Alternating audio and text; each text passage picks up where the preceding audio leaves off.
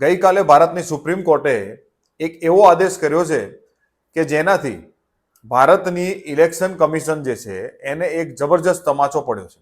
કારણ કે તમે જોયું જ હશે કે છેલ્લા ઘણા સમયથી આપણું જે ચૂંટણી પંચ છે તે સત્તાધારી પાર્ટીને બચાવવાની સતત કોશિશ કરી રહ્યું છે. ડિજિટલ ડેટા ના આપવો, સીસીટીવી ફૂટેજ ડિલીટ કરી દેવા, કોઈ પણ જાતની માહિતી વિપક્ષોને ના આપવી, આ પ્રકારના દરેક કાંડ ચૂંટણી પંચ અજમાવી ચૂક્યું છે સત્તા પક્ષને બચાવવા માટે.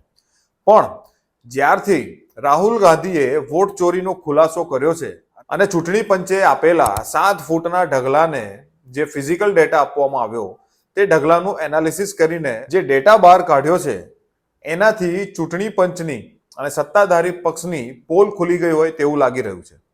અને બિહારમાં જે ઇલેક્શન આવી રહ્યા છે તેમાં ક્યાંક ને ક્યાંક એવું લાગી રહ્યું છે કે સત્તાધારી પક્ષ અને ઇલેક્શન કમિશન મળીને કંઈક ખેલ કરી રહ્યા છે. કારણ કે અચાનકથી એસઆઈઆરની કાર્યવાહી કરવામાં આવે છે ચૂંટણી પંચ દ્વારા અને કારણ એવું બતાવવામાં આવે છે કે જે વિદેશથી ઘૂસેલા નાગરિકો છે, ઘૂસપેઠિયાઓ, એમને શોધવાની કવાયત ચાલી રહી છે. ફેક વોટર અમે શોધી રહ્યા છે અથવા તો જેના નામ કમી કરવાના છે તેના કરી રહ્યા છે. પણ આ બિહારમાં એસઆઈઆરની જે કામગીરી છે તેની પણ પોલ ખોલી નાખી અજીત અંજુમ નામના સિનિયર પત્રકારે, જે તમે જોયું જ હશે આપણા વિડીયોમાં મેં બતાવ્યું હતું તમને કે કેવી રીતે ચૂંટણી પંચના બીએલઓ અંધાધૂંધ પોતાની રીતે સાઇન કરીને પોતાને મન ફાવે તેવી રીતે ફોર્મ ભરીને આગળની કાર્યવાહી કરી રહ્યા છે. जैसे ये मैडम के पास जितने फॉर्म दिख रहे हैं मुझे, अब इसमें तो किसी में मुझे दस्तावेज नहीं दिख रहा, किसी में नहीं है ना? हैं? 2-3 गो में है। अब ये देखिए इंटरेस्टिंग, देखिए फर्क देखिए, एक ही जगह पर आपको जो ये सुपरवाइजर हैं और 2 उधर बीएलओ हैं, फर्क देखिए. अब ये जो कागज जमा कर रही हैं मैडम, इनमें से ये कितना होगा? 100 से ज़्यादा है शायद? जी 100 100 है. मतलब ये 100 में अगर देखें तो कोई कागज नहीं है. हाँ नहीं. તેવામાં થાય છે એવું કે બિહારના એસઆઈઆરને લઈને વિપક્ષો સુપ્રીમ કોર્ટમાં જાય છે અને સુપ્રીમ કોર્ટ તેના ઉપર સુનવાઈ ચાલુ કરે છે. સુનવાઈ ચાલુ થઈ હતી કે તમે આ 11 ડોક્યુમેન્ટો જે આપ્યા છે તે અગર ના હોય તો કયા ડોક્યુમેન્ટ ચલાવવા. અને લગભગ મોટા ભાગના જે બિહારના ગરીબ વર્ગ છે તેમની પાસે આ 11 ડોક્યુમેન્ટોમાંથી લગભગ કોઈ ડોક્યુમેન્ટ હાજર નથી. તો આવી કાર્યવાહીમાં શું આવા નાગરિકોનો મતદાન કરવાનો અધિકાર તમે છીનવી લેશો? આ જ દલીલના આધારે આગળ વાત ચાલી અને છેવટે કાલે સુપ્રીમ કોર્ટે એક એવો આદેશ કરી દીધો કે ભાઈ સાહેબ, ચૂંટણી પંચને કાપો તો લોહી ના નીકળે. અને એની થપ્પડ એવી પડી છે કે તમાચો ચૂંટણી પંચને પડ્યો પણ એની અસર થશે સત્તાધારી પક્ષ બીજેપીને. તો ચાલો સમજીએ સુપ્રીમ કોર્ટનો આદેશ શું હતો અને તેનાથી શા માટે ચૂંટણી પંચ બેકફૂટમાં આવી ગયું છે. તમે જોઈ રહ્યા છો જાગો ઇન્ડિયાની યુટ્યુબ ચેનલ અને હું દીપેનસિંહ તમારું સ્વાગત કરું છું આપણી ચેનલમાં.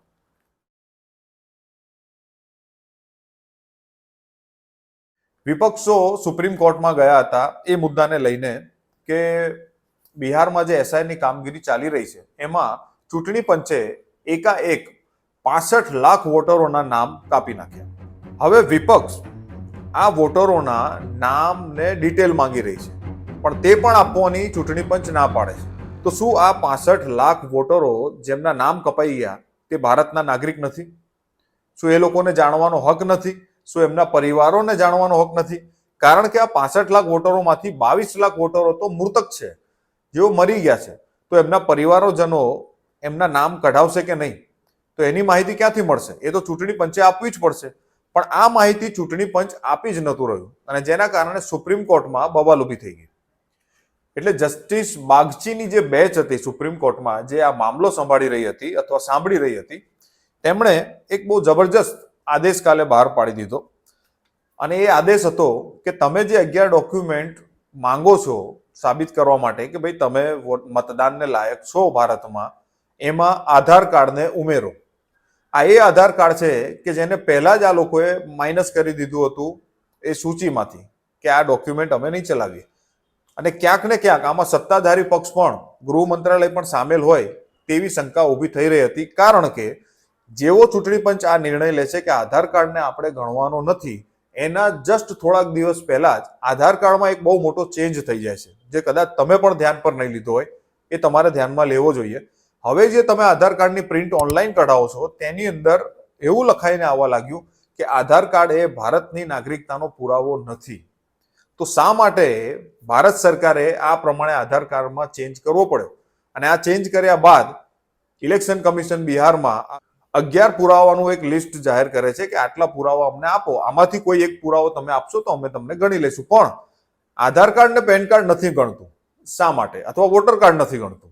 તો આ મુખ્ય પુરાવા કે જેના દમ ઉપર આખા ભારત સરકારની બધી યોજનાઓના લાભ મળે છે, તો ચૂંટણી પંચ આ આધાર કાર્ડને માન્ય કેમ નથી ગણતું? તો ક્યાંક ને ક્યાંક અહીંયા ચૂંટણી પંચ શંકાના દાયરામાં આવી જતું હતું કે ક્યાંક આ ચૂંટણી પંચ બીજેપીને ફાયદો કરવા માટે થઈને તો આ ખેલ નથી કરી રહ્યું. જવાબ દીजिए क्या किया?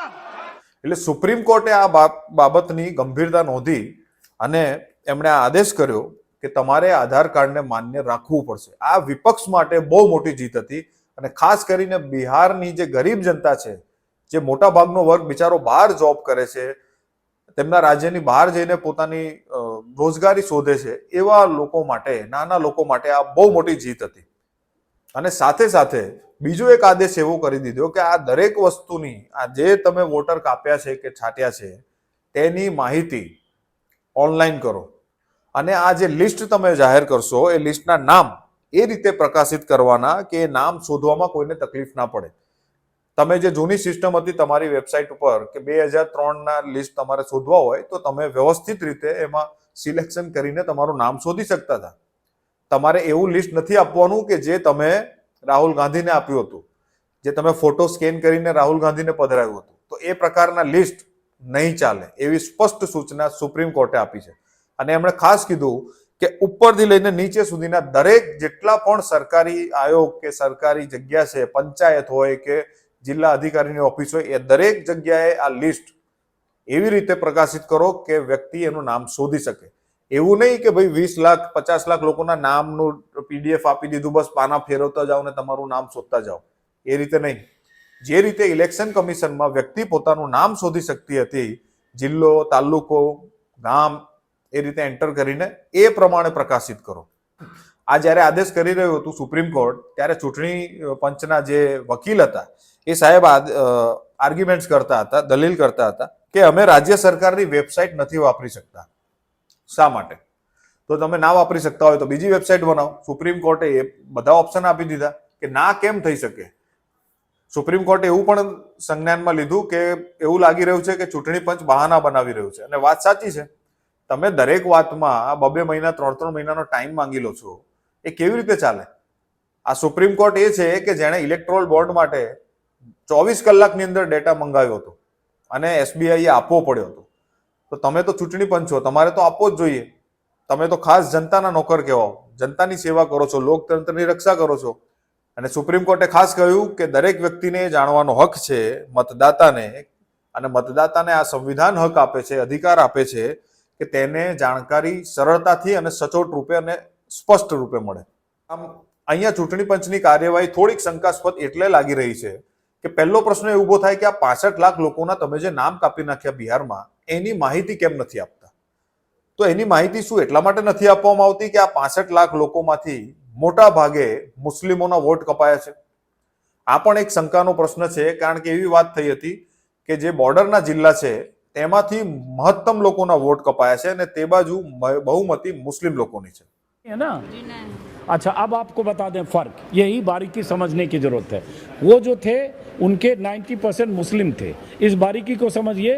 और इसमें जो नाम दिख रहे हैं, ये यादव जी हैं, ये पासवान जी हैं, ये नयन कुमार हैं, ये सब इसमें हिंदू, राम हैं, सिंह हैं, कोई रामजी सिंह हैं.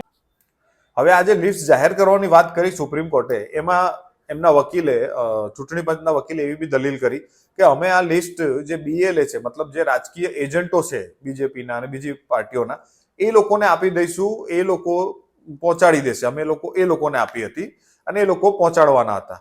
વિપક્ષોએ આ આક્ષેપ લગાવ્યો છે કે જે મોટા ભાગના BLA છે એ BLA એમાં મેક્સિમમ, મતલબ કે 90% સુધી તો BLA ખાલી બીજેપીના જ છે. વિપક્ષોના BLA ને કોઈ ચાન્સ આપવામાં આવ્યો જ નથી. તો અહીંયા સાફ એક વસ્તુ શંકા ઉદ્ભવ કરે છે કે શું કોઈ ચૂંટણી પંચ અને બીજેપી બે ભેગા મળીને ઈચ્છતા નથી કે આ માહિતી જનતા સુધી પહોંચે? સાથે સાથે ચૂંટણી આયોગના જે વકીલ છે એણે એવું પણ એક દલીલ કરી કે એડીઆર જે છે, જેણે ઇલેક્ટ્રોલ બોન્ડનો આખું જે કૌભાંડ હતું એ બહાર પાડ્યું હતું અને જે લોકતંત્રને બચાવવા માટે કન્ટિન્યુઅસલી સુપ્રીમ કોર્ટમાં લડે છે, આ લોકોના ઉપર એક આક્ષેપ લગાયો કે સાહેબ આ એડીઆર જે છે એ તો અમારા ડેટાનું માઇનિંગ કરે છે, વિશ્લેષણ કરે છે, તો શા માટે ના કરે? તમે તો લોકતંત્રને બચાવવાની જવાબદારી નિભાવતા નથી. તો એડીઆર જ્યારે લોકતંત્રને બચાવવા માટે પોતાની જવાબદારી નિભાવી રહ્યું છે, તો તમને પ્રોબ્લેમ શું છે? શું તમને ડર છે કે તમારી કોઈ ગેરવહીવટ ખુલી જશે, કે તમારી કોઈ પોલપટ્ટી ખુલી જશે? તો તમારે આ રીતની દલીલ કરવાની આવે જ કઈ? એડીઆર પણ ભારતના જ નાગરિકો છે. જો એ લોકો ઈચ્છતા હોય કે ભાઈ અમને ડેટા મળે અને જે એમનો અધિકાર છે મળવો જોઈએ, તો શા માટે તમે એના ઉપર વિરુદ્ધ દલીલ કરી રહ્યા છો કે ના તમને આ ડેટા ના આપી શકીએ? તમે તો વિશ્લેષણ કરો છો. તો શું તમારી ભૂલ કાઢવાની કોઈની જવાબદારી નથી? તમે જે કરો તે સાચું, જનતા તમારા કામમાં કોઈ ફોલ્ટ ના કાઢે? શું ચૂંટણી આયોગ ભૂલી ગયું છે કે આ લોકશાહી છે, આ રાજાશાહી નથી, આ તાનાશાહી નથી કે તમને પ્રશ્ન ના પૂછી શકાય? તમારી ખોટી કાર્યવાહીને અમે બતાવી ના શકીએ? તો આ જે કામ થઈ રહ્યા છે ને એના ઉપરથી સ્પષ્ટ લાગી રહ્યું છે કે ચૂંટણી પંચ ક્યાંક ને ક્યાંક બીજેપીને બચાવવાની કોશિશ કરી રહ્યું છે. કારણ કે જે રીતે વિપક્ષોએ બીજેપીને ઘેરી લીધા છે વોટ ચોરીના મામલે, એ ખૂબ ભયંકર રીતે પ્રેશરમાં આવી ગઈ છે બીજેપી. અને ઉપરથી આ સુપ્રીમ કોર્ટનું દબાણ. સુપ્રીમ કોર્ટે એવો આદેશ કરી દીધો કે જેણે બીજેપીનું જે મેઇન હથિયાર હતું કે આધાર કાર્ડ અને વોટર આઈડી, પેન કાર્ડ, એ બધું નહીં ગણાય. ચૂંટણી પંચ અને બીજેપી સરકાર જે મળીને એક જબરજસ્ત ખેલ કર્યો હતો, એ આખા ખેલનો પર્દાફાશ કરી દીધો હોય તેવું લાગી રહ્યું છે. તો તમારું શું માનવું છે કે સુપ્રીમ કોર્ટે જે નાગરિકોનો પક્ષ લઈને આ આધાર કાર્ડ પુરાવા તરીકે માન્ય ગણ્યું છે અને 65 લાખ કપાયેલા વોટરોની માહિતી સાર્વજનિક કરવાનો જે આદેશ કર્યો છે, તેના વિશે તમારું શું માનવું છે? અમને કોમેન્ટ કરીને જરૂર કહેજો. કારણ કે આ દેશના લોકતંત્રને બચાવવામાં હવે એક આ આખરી ઉમ્મીદ જે સુપ્રીમ કોર્ટ છે તે વધી છે. અને સુપ્રીમ કોર્ટમાં પણ અત્યારે જે વર્તમાન જજો છે સુપ્રીમ કોર્ટના, એ આપણા દેશના લોકતંત્રને બચાવવાની આખરી ઉમ્મીદ છે. જો આ ઉમ્મીદ પણ ખતમ થઈ ગઈ તો આ દેશના લોકતંત્રને કોઈ નહીં બચાવી શકે. વિડીયોને છેલ્લે સુધી જોવા બદલ આભાર. આ વિડીયોને બને તેટલો શેર કરજો, લોકો સુધી જાગૃતિ ફેલાય તેવું કામ કરજો અને તમારી ફરજ નિભાવજો. ફરી મળીશું એક એવા વિડીયો સાથે જેમાં હું તમને જણાવીશ કે પ્રધાનમંત્રીએ આજે લાલ કિલ્લા પરથી જે ભાષણ આપ્યા તેનું શું નિષ્કર્ષ કાઢી શકાય. શું પ્રધાનમંત્રી રાજીનામું આપશે કે નહીં, કે પછી આમને આમ જ પ્રધાનમંત્રી મરતે દમ તક ભારતના પ્રધાનમંત્રી બની રહેશે? તો ફરી મળીશું નવા વિડીયોમાં. ત્યાં સુધી જય હિન્દ.